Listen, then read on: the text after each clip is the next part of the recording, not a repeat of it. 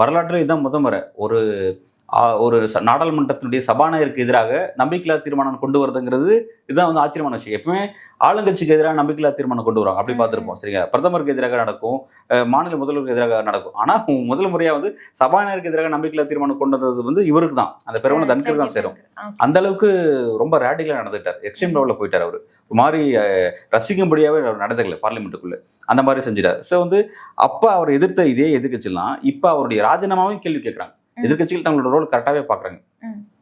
எங்களுக்கு வேண்டப்பட்டு வேண்டப்படாதுங்கிற செகண்டரி, அவர் வந்து எப்படி நடந்துக்கிறார் எப்படி நடந்துக்கலங்கிறது செகண்டரி. ஆனால் அவருக்கு ஒரு அநீதி இழைக்கப்பட்டிருக்கு அப்படிங்கிறத எதிர்க்கட்சிகள் பார்க்குறாங்க. அதை அதுவும் குறிப்பாக ராகுல் காந்தி அவர்கள் அண்மையில் பேசினார். என்ன சொன்னார் அப்படின்னா, தன்கர் என்னானாரு, அவர் ஏன் தன்னோட பதவியை ராஜினாமா பண்ணார் அப்படிங்கிறதுக்கு பின்னாடி ஒரு பெரிய கதை இருக்கு. அவர் ஏன் இப்போ மௌனமா இருக்காரு அப்படிங்கிறதுக்கு முன்னாடி ஒரு கதை இருக்கு. அதை நான் வந்து சொல்ல போறேன், லேட்டா சொல்ல போறேன்.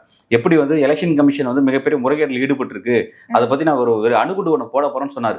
சொல்லிட்டு, ஏன்னா அதுக்கான ஆய்வு பணிகள் நடந்துட்டு இருந்துச்சு பாத்தீங்களா, நடந்துட்டு இருக்கிறதுனால அவர் அப்போ சொல்ல வேணாம் அப்படின்ட்டு ஒரு அணுகுண்டு மட்டும் போட போறேன்னு சொன்னாரு. அந்த ஆய்வு பணி முடிஞ்சு ரிப்போர்ட் வெளியே வந்ததும் டெல்லியில எல்லா மீடியாவும் கூப்பிட்டு ஒரு ப்ரெஸ் மீட் வச்சு வெளிப்படையாக அந்த விஷயத்த சொன்னார். இப்போ அந்த மாதிரி தான் இந்த விஷயத்துலையும் தன்கர் ஏன் அமைதியாக இருக்காரு, அவர் ஏன் திடீர்னு ராஜினாமா பண்ணாரு, அதுக்கு பின்னாடி நிறைய ஒரு சப்ஜெக்டே இருக்குது, ஸ்டோரியே இருக்குது, நான் வெயிட் பண்ணுங்க நான் சொல்கிறேன் அப்படின்னு சொல்கிறார்.